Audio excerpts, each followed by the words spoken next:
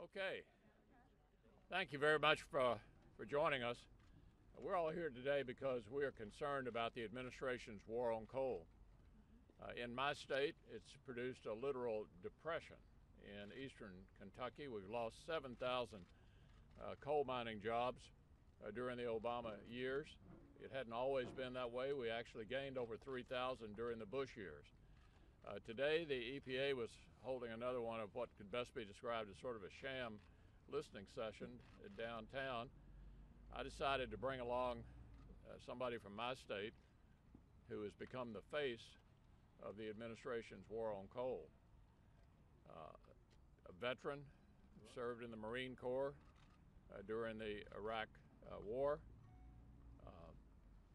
launched a very successful career as a singer, and a song which has made him famous in much of our country is "Coal Keeps the Lights On." And so I've got proud to introduce to you Jimmy Rose from Pineville, Kentucky, who's going to sing "Coal Keeps the Lights On." Woo! Wonderful. Yeah.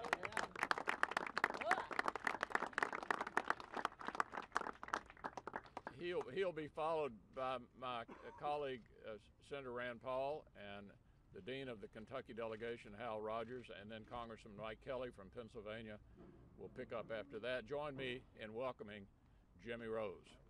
Hey, Jimmy. All right, Jim.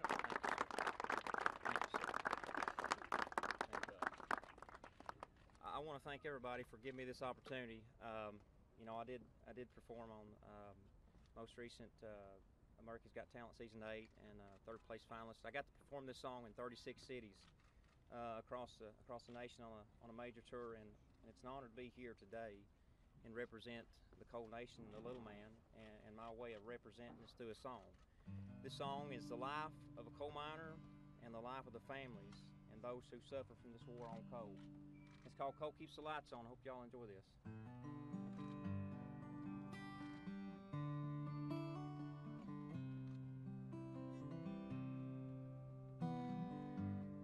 He pulls in that old Chevy from a second shift. Mama's still sleeping, kids still crashed out on the couch. He goes in through the back door. He don't wake 'em up, so he wipes the coal dust off his face and he hits his knees. He says, "Lord, I want to thank you for everything and the strength you give me, make it day by day. Coal keeps the lights on, and my hometown keeps the food on the spoon in my youngin's mouth. Tars on the truck and the sundress on my baby girl. Coal keeps the bills paid, clothes on the backs and the shoes on the feet, in the high school halls of the mountain lions and the Bell County Bobcats on the hill.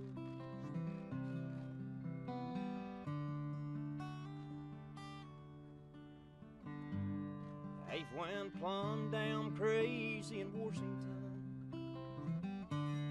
talking about closing the mines, gonna bleed us all dry from the inside out.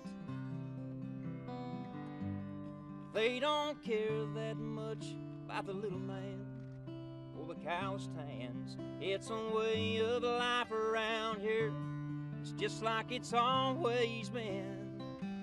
Coal keeps the lights on, and my hometown keeps the food on the spoon in my youngin's mouth.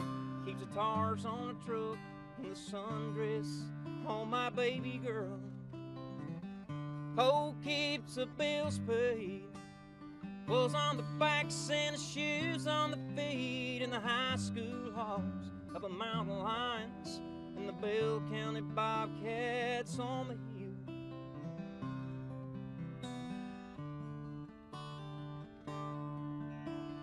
If I get a chance to stand one day and name the things to me that I'm most proud of,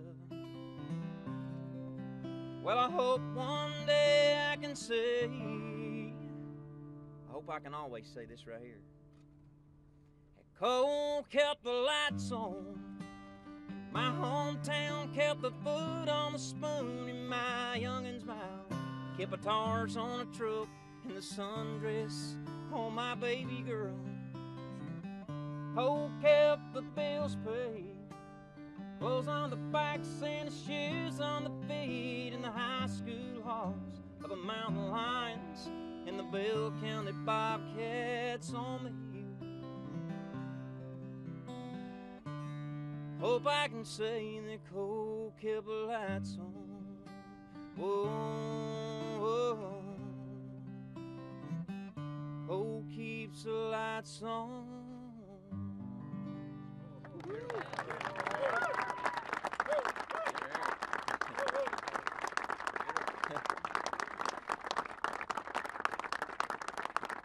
Thank you all so much. God bless.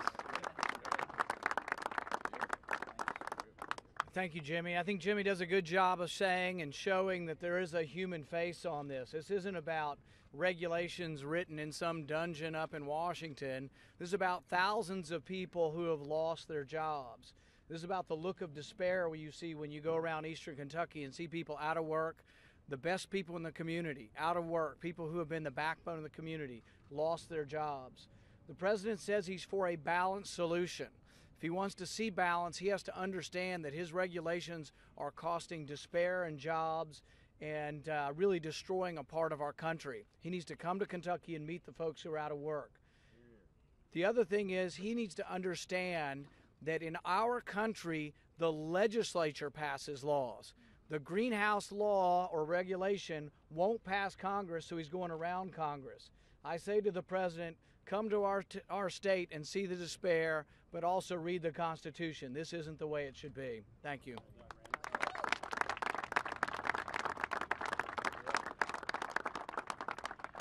Jimmy, thank you for being here. My constituent from Pineville, Kentucky, makes us all proud because he talks about, as Rand has said, the plight of people that the policies of this administration has been affecting since they took office. I've lost in my district alone 7,000 good-paying mining jobs, miners that are laid off with families looking to work at the local McDonald's, most of them unsuccessfully at that, because of the war on coal that this administration has been wielding since they took office.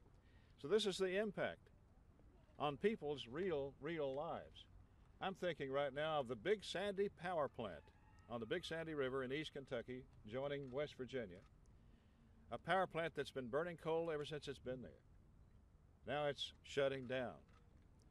You can see the coal mines from this power plant. You can see where the coal is coming from with your line of sight.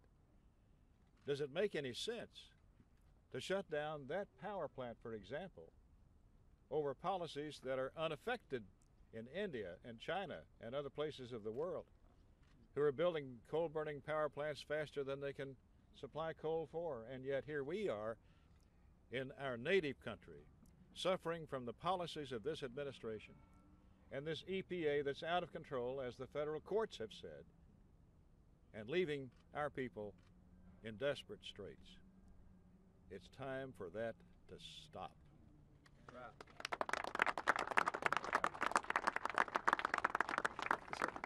You don't mind, I'm going to take my coat off. If I was back home, I'll be on the blacktop, and I wear a suit to work, but I don't wear it when I'm working. So I want to thank you all for being here today.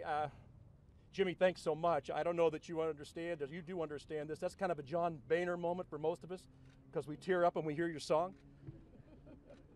But I want you to understand what our mission is here today, and I want you to understand why we're all here and why we all think so much of these folks. I've got an invitation here. This is a letter that I sent to the President of the United States. And this is an invitation for him to come to the coal nation. I want him to get off the back nine and come into the mines. I want him to get his golf cap off and get his hard hat on. I want him to walk the streets. I want him to look in the faces of moms and dads that rely every day on this precious product and tell them that they got to quit clinging to their Bibles and their guns. It's a different day. Well, it is a different day. This is Coal's day in court. This is our chance to stand up and say what we believe in, what we know is right, and what we know is true. And we know what is truly American about this. The workhorse of this nation's economy has always been coal. Now, I'm getting sick and tired of a president that acts like Superman, and when he sees coal, he thinks it's kryptonite. Mr. President, this isn't going to kill you. It's going to make you stronger. You know what's going to make you stronger? It's make America stronger. And that's all we're looking for. That's all we're looking for, every one of us, every day. This is an American issue. This is not a Republican issue or a Democrat issue. This is an American issue. And we have a lot of great colleagues here today who want to talk to you about it. So thanks so much for being here. I'm expecting an answer from the president, and I hope it doesn't crowd his campaign schedule. I know he's out there flying around raising a lot of money. I want him to coal country. I want him to come to the coal nation, and I want him to walk with me, and I want him to go underground with me and look at those people in the eye and tell them they're no longer important or they're no longer relevant. Nothing could be further from the truth. So thank you all so much for being here. Listen, I have the opportunity right now to introduce a really good friend of mine, Shelley Moore Capita from West Virginia. And while we like to say, you know, may the sun shine bright on my old Kentucky home, there's coal all over this country. And so when we talk about coal country, we're talking about our whole country. So Shelley Moore Capita.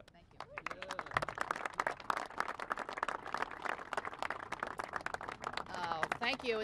Thank you all for coming. I am from the great state of West Virginia, the second largest coal producing state in the Union, and we are reliant 95%, right, for our electricity is reliance on coal. Families all across our state are just like Jimmy said in his song. They're filled with despair. They're filled with questioning about a policy emanated from the president and his administration that basically picks winners and losers in this country. And West Virginia and all of those and the coal nation with coal neighbors, we're on the losing side. And it's an economic issue to a lot of folks, like a lot of the lyrics that Jimmy has in his song talks about what coal provides for working families. But it's also, and he hits at this in his song too, it's a very emotional issue. Because when in this country have we thought that our government, or by regulation, is going to be able to come in and pick winners and losers? Coal is vital to the state of West Virginia. It's vital to my neighbors and friends and communities. We've lost 5,000 jobs in the last 2 years, and that doesn't even count all the other jobs connected with mining jobs that keep the lights on in their own homes. So I'm proud to join with my colleagues today. I went to the EPA yesterday, and I complained, as my colleague did. I said, you're not coming to coal country. Why don't you come to West Virginia? And the response was, well, we're going to Pittsburgh, and that's 20 miles away. Well, come on down. We're ready for you. Thank you.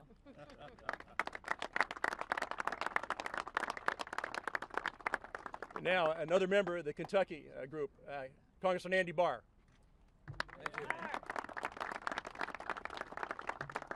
I want to thank the Republican leader, the dean of our delegation, Chairman Rogers, Senator Paul, my colleague from West Virginia and Pennsylvania, and all of these members who are members of the Congressional Coal Caucus for their leadership in defending an industry that literally powers America.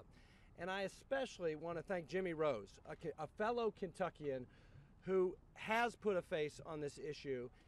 And I want to especially recognize the thousands of Kentucky coal miners and their families who are out of work because of this administration's senseless and lacking of common sense attack and war on coal. And I want to tell you, I come from a district, yes, 90% of Kentucky power comes from coal, but I come from a district that's not a mining district.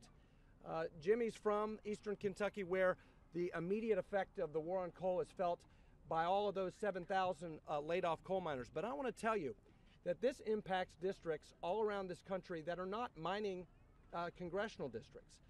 It's about the auto dealer whose sales are off 50%.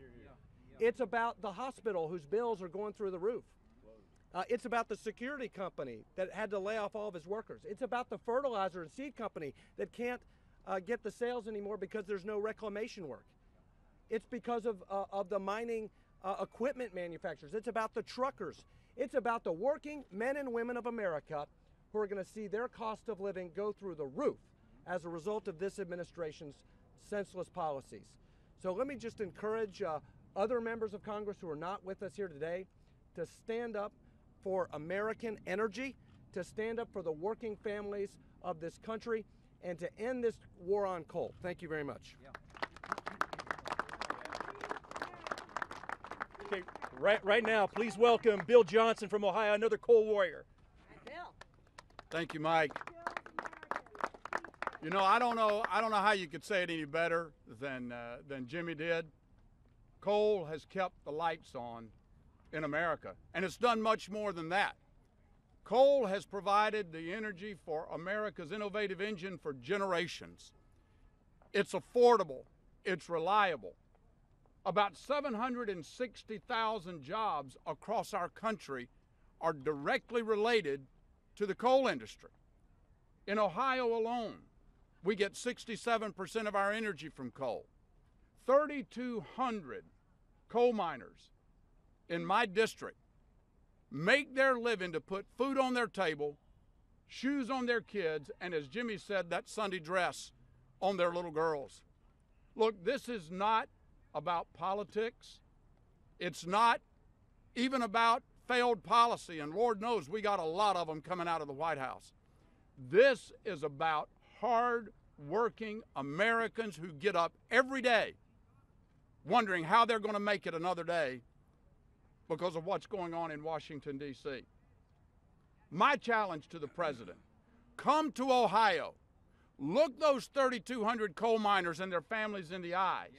Tell them what you're going to do to stop the increase in gas at the pumps, to stop the increase of groceries at the store, stop the increase in their health care, and how you're going to stop the increase in the skyrocketing utility costs that are now going to occur because you're shutting down the coal industry. Ladies and gentlemen, I appreciate my colleagues that are here. This is a battle that's going to go on, and I got news for you. The American people are going to win. The American people are going to win because we only got to put up with this president for another 2 years. We're going to make it through this, folks, because Americans always have, and those coal miners prove it every day. God bless you. Thank you for having me.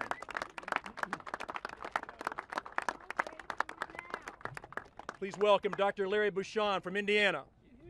Thank you. Thanks for everyone for being here. Let me tell you how important coal is for me. My dad was a coal miner for 35 years in central Illinois, and I wouldn't be here today if it wasn't for the good paying job that the coal industry provided. I'd like to thank Senator McConnell and the rest of my colleagues here today.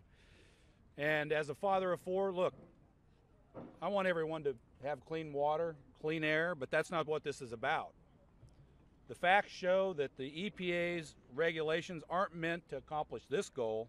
They're ideologically driven against coal. They ignore the progress that's already been made, and many have stated here today the disastrous consequences that they will have for our economy, good paying jobs, and Indiana is one of those states. 85% of our electrical power comes from coal. Every coal mine in the state is in the district I represent in southwest Indiana. Coal powers our homes, puts food on the table, and it also sustains Indiana's robust manufacturing industry. Yet the administration continues to wage this war based on ideology, not science. I'm on the Science Committee, and we just had a hearing on this subject just about a half an hour ago. And it's clear that there is no scientific basis for this war on coal. It's ideology. Again, many have said this is about the American people. This is about good paying jobs. This is not about just direct coal jobs, but indirect jobs around our districts, around our country. And I'm here to tell you, from the 8th District of Indiana, the American people in my district want us to fight back and want us to win this war. And I can tell you right now that we will. Thank you very much. Now, please welcome another member, Representative Nick Rahal from West Virginia. Thank you, Mike. God bless this nation's coal miners. Let's hear it for our coal miners and give them a round of applause. Thank you, Jimmy Rose, not only for your performance today, but thank you for your service to our great country of ours as well. Our coal miners, our veterans. What stronger combination has made this country what it is today than those two groups? Much has been said about the war on coal, and it's real. It's very real. Much has been said about the up and down cycles in the coal industry, and yes, we go through that. But my friends, there's something really uniquely different about this downturn. In previous downturns, our laid-off coal miners have felt that the government is on their side and trying to help them out of the downturn. This time, what is so uniquely different? The coal miner laid off does not feel his or her government is on their side. That is what is so different about this downturn. And yes, it has trickle-down effects. It has effects throughout our economy. I represent coal-rich southern West Virginia, and I'm the opposite side of the aisle from many of these individuals behind me. But you've heard before that coal is not a partisan issue. Coal is a bipartisan issue that deserves support from Republicans, Democrats, Independents, Mountain Party, whatever party you are. If you call yourself an American and you live in this great country, by golly, coal is your issue as much as it is the next person's issue, and you should be for our coal industry jobs and for our coal miner, because it does literally keep the lights on. And it does affect more than just coal country. It affects our entire country. It affects more than just our energy policy. And yes, we need all of the above energy policy. It affects our national security. Our national security policy in this country is dependent upon the use of coal, our most valuable, our most abundant, and our most affordable natural resource in this country. So God bless all of you, our coal miners. God bless our veterans. And God bless the United States of America. Thank you.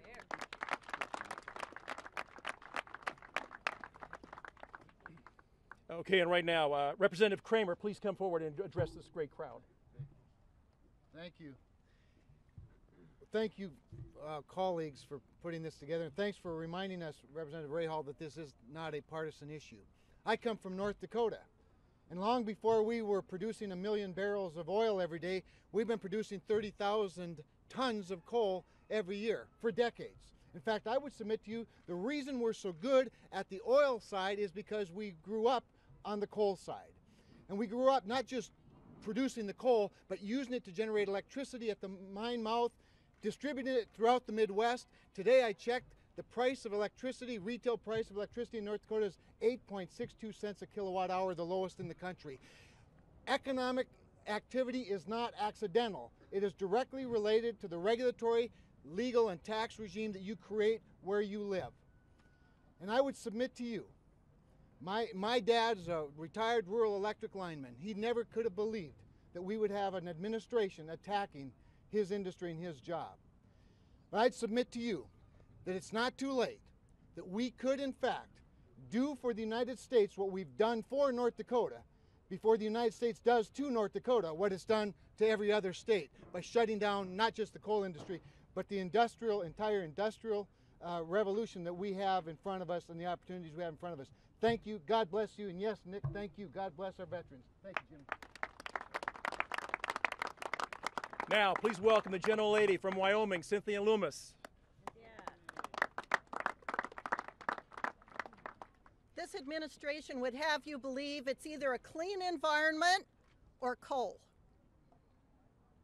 Well, I can tell you from the hearing we just had in the Science Committee that if everybody here would just hop on one foot, you will have done enough or as much to impact climate change as these new EP regulations will do. That's how worthless these new EPA regulations are in solving climate change. And what for? For what purpose? So you can take the food off the spoon that Jimmy was talking about? So you can take the sundress off that baby girl that Jimmy was talking about?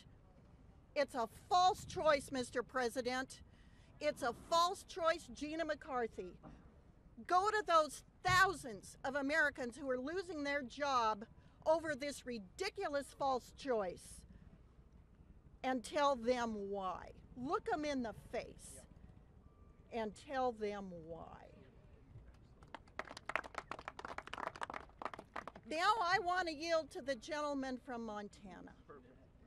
The gentleman from Montana is presented with an opportunity in his state to help Native Americans achieve a kind of standard of living that is non-existent on our Indian reservations. And it's because of coal. The gentleman from Montana, Steve Daines. You may not associate coal country with the state of Montana, but Montana has the most recoverable coal deposits in the country. And let me put a face on this for a moment. You know, these ivory towers of Washington with President Obama and Gina McCarthy, let's talk about what these policies mean. I was recently on the Crow Reservation of Montana. That's coal country. The chairman of the Crow tribe, Darren Old Coyote, said, "A war on coal is a war on the Crow people of Montana." Now, why is that? On the Crow Reservation, the unemployment rate is 50% today. It would be 80% without these coal mining jobs. I would like to have Gina McCarthy and Barack Obama fly out to Billings, Montana. I'll pick you up in my pickup, and I'll take you to Crow coal country, and you can explain to the tribes why you want to kill their jobs, why you want to kill the boilermakers, the pipe fitters, the train operators, and why you want to decimate education in Montana, because the coal industry supplies $125 million a year of tax revenues to the state of Montana that we use to invest in our schools, our infrastructure, and to make Montana a better place. So let me just sum up by saying this. A war on coal is not only a war on the Crow people of Montana, it is a war on the middle class in this country. We must stand up and fight against it.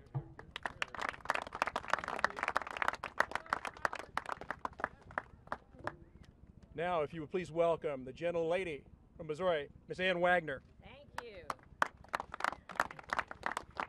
I'm Ann Wagner. I'm from the Show Me State. And in the Show Me State of Missouri, we say, show me the coal. Yep. This isn't just a war on coal. It is a war, as Representative Daines has said, on hard-working Americans. It's a war on American manufacturers. In Missouri, we don't mind coal, but we absolutely consume it. Over 80% of our electricity is coal-based. We are able to have some of the lowest, most cost-efficient energy in the entire United States of America, but not if this administration and this EPA continues on this road ahead. It's a sad day, I will tell you, and it's got to stop, this end road around Congress. I hope the EPA listens to the people that are down there speaking, and I hope they listen to the members here who represent we, the people, in all of these districts across our nation. Today, I've had the pleasure of introducing this bill right here, and it is called the EPA Regulatory Domestic Benefit Act, and it will repeal these regulations, and it will make sure that we take into account the impact that these regulations have on the American people here domestically. I thank my colleagues for joining me for the co-sponsorship on this, and let's make sure that we end this war on coal. It's now my pleasure to introduce a dear friend of mine from the state of Illinois, Representative John Shimkus. Thank you. It's great to be here, Jimmy. It was about a year ago, I think Jimmy debuted on the circuit, and someone immediately sent his song that he performed. Yeah. And it was the same time we were doing a bill on the floor fighting against the motion to recommit. I mentioned two people. I mentioned Jimmy Rose and the song. I mentioned Senator Byrd. I was on a rally in the mall years ago with Senator Byrd, and I remember him standing up. Nick's probably gone, and Shelley, but he goes, there's coal in these veins. There's coal in these veins. And so what I try to talk to my colleagues about is, it is a way of life, but it's generational. It goes from generation to generation. My great-grandparents are immigrants from Lithuania. My great-grandfather worked in the coal mines, as many immigrant families did. So this is attack on not just a current way of life, but a heritage that's made this country great. And I'll end with this. A lot of people follow me because I deal with this in public policy on the committee all the time. The naysayers that say this is not a war on coal, I just ask you to look at the president's editorial board from 2008 with the San Francisco Chronicle, and I'll paraphrase. He told, in response to a question, we're just going to make using coal so expensive that it will bankrupt them. Yep. It's intentional, it's planned, and it's a direct assault on coal mining areas and really low-cost power in this country, and we're standing up for coal. Thank you, Jimmy. Thank you all. Another Show Me Stater, Vicki Hartzler. Okay, thank you. Thank you. Yes, I am from Missouri, and in my district is the only working coal mine, and we're very, very proud of that. And I just think every coal miner should be proud of what he does. This administration would make them ashamed of that. But they are providing an affordable, reliable, safe form of energy that is helping every family. And I want to make sure that the families are spoken for. Over a third of the families in our country are living paycheck to paycheck. And the reality of these EPA regulations is that it's going to increase their cost of electricity. It's going to make it harder for them to make ends meet. It's going to be harder for them to buy school supplies for their children this coming fall. It's going to be harder for them to put clothes on their back. For what? As has been stated, all those EPA regulations are not based in science. There is no reason to do this. And on the other hand, we are just slitting our throats as a country, pushing manufacturing jobs overseas. As I talk to the manufacturers in my district, they want to grow, they want to expand, they want to hire more people, they want to keep manufacturing, and they're proud to have products that are made in the USA. But it's actions like this EPA that are causing them, that are forcing them, through their increased costs, through their overregulation, to be pushed overseas. It's time for us to stand up for American-made jobs. It's time for us to stand up for the families in America who are making, it's hard to make ends meet, and it's time for us to stand up for jobs and for American-made energy. I'd like to represent Morgan Griffith. Thank you, Vicki. I appreciate it. You're absolutely right, and I concur with so many of the comments that have been made here today.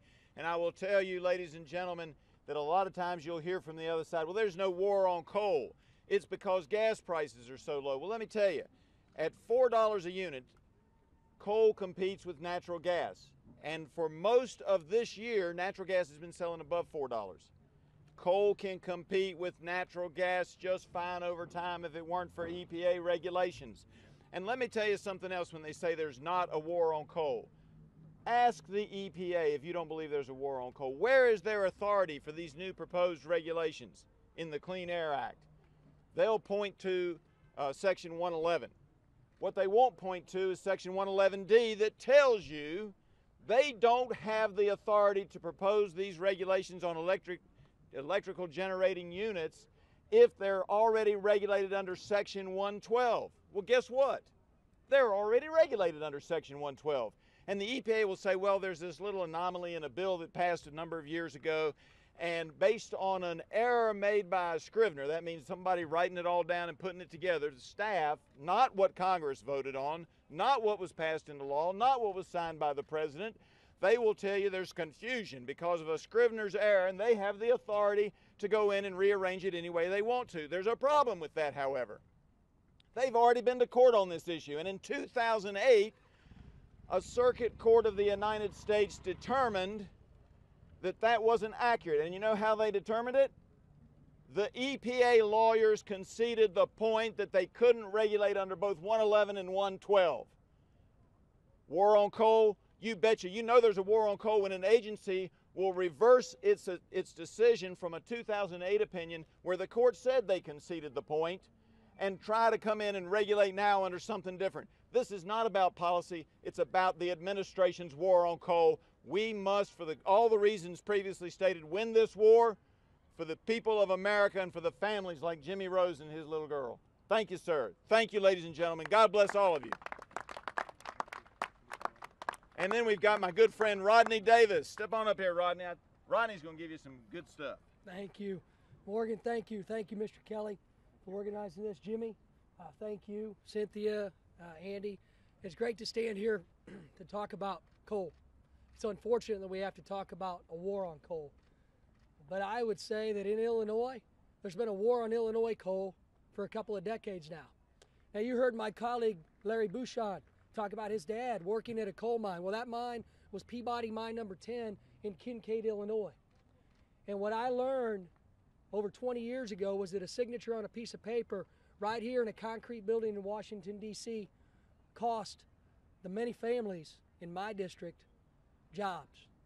It cost them the ability to put food on the spoons, sundresses on babies, because that mine shut down because of amendments to the Clean Air Act in the early 90s. Fortunately, my local economy's recovered, but it's been tough. We still have the power plant that used to be fed by a conveyor belt by that mine that powers Illinois, but it's a coal-fired power plant. And when Jimmy talks about coal keeping the light on, I agree. I've got 3 coal-fired power plants in central Illinois that I represent. And this is a war, not just on coal, it's a war on base load generating capacity plants. It's a war on affordable power for not just the citizens who live in coal country, but every single American. And this is a war on the blue-collar workers of central Illinois who work at those plants that have the potential of being shut down because of the new rule proposed by the EPA without even coming to us in Congress. So this war is a war on those who don't understand that coal keeps the light on. And in my district, much of that power is actually sent up to the president's hometown of Chicago. So when those plants shut down, families, hard-working families in Chicago, Illinois, are going to pay more to power their homes. They're going to have to make decisions not to buy sundresses for their daughters. And unfortunately, that's a shame. Thank you, and God bless you all for being here today. Listen, that does conclude a bit, but I do want to just take a moment to thank Jimmy Rose. He is truly the voice of coal country. And not just the voice of coal country, but our whole country. So him being here today with us and all these great members who have one concern, and that is the well-being of the American people, that's why we're all here. So we have a few minutes if there were any questions out there that want to be asked. Yes, sir. For as long as anyone's been up here, for about a century now, Appalachia has been producing coal. For that same century, they've been one of the poorest regions in America. They lead the country in rates of tooth loss. Now the seams are going thin. You got competition from gas. People are losing their jobs. And all the Republicans that were up here supported the denial of their unemployment benefit extensions. When coal company lawyers stood in the way of black lung disease victims getting proper recompense, conservative judges supported by Mitch McConnell and other Republicans on the Hill said it was okay for those lawyers to cheat those miners out of their black lung compensation. I don't know that any Republican has introduced any legislation to fix any of that. Meanwhile, you've all taken collectively tens of millions of dollars from the coal corporations. What I want to know is when you're going to start standing up for the miner and not the coal corporations. Okay, well, first of all, I want to thank you for being here because I didn't want people to think this was just pro-coal people or pro-Republicans. So thanks for being here because of making a fair and balanced debate. Now, in answer to your question, Mr. Griffith has an answer of what we're trying to do. So if you would, Morgan. Well, we're trying to do a lot of things, and one of the things I'm concerned about is some of the black lung illnesses, but it's also other lung illnesses that are going on. So I have a little bill in that makes sure that we preserve those benefits that have been they were placed into 3 pages in the Obamacare Act. I don't like Obamacare, but I want to make sure that those coal miners get those presumptions when it comes to black lung, whether it's black lung or silicosis. I think that's the right pronunciation of it. But whether it's caused by silica or whether it's caused by coal, I think a number of us want to make sure those people are taken care of. I would also have to say that if you look back 100 years, you can make a pretty bleak picture. But if you look at today, the coal companies of today, not of 30 years ago, not of 40 years ago, but of today, they're paying about $75,000 a person for those people working in the mines. If you want to work a little bit harder, you want to get some education, you can go up and well, I'm not going to argue with you about bankruptcy because I will tell you that some of those bankruptcy laws are not appropriate, but I will also tell you that while you have some bad actors, you have a lot of companies out here struggling, and the reason that some companies are having to file bankruptcy is they can no longer make it under this environmental regulation. So I will tell you that we care a lot about these issues, we're paying attention to these issues, and we will defend the coal miners as well as the right of the American people to have affordable energy from coal and other sources. And let me just say, let me just also make this point. There is poverty in this country, but the solution is not more government. The solution is not dependency. I know these people. These are my constituents. These are proud Kentuckians. They don't want to be on unemployment. They want a job. They want a job. And the best anti-poverty program in this country is a good-paying job. And the coal industry provides those jobs to the people of Kentucky. The way to solve our poverty problems is not to destroy the jobs that give those people opportunity. Thank you very much. Listen, I want to thank everybody. We really are. We have other stuff going on, and we've got to go right now. I'm sorry, I wish we had a little more time. Thank you all so much for being here. God bless you. God bless America.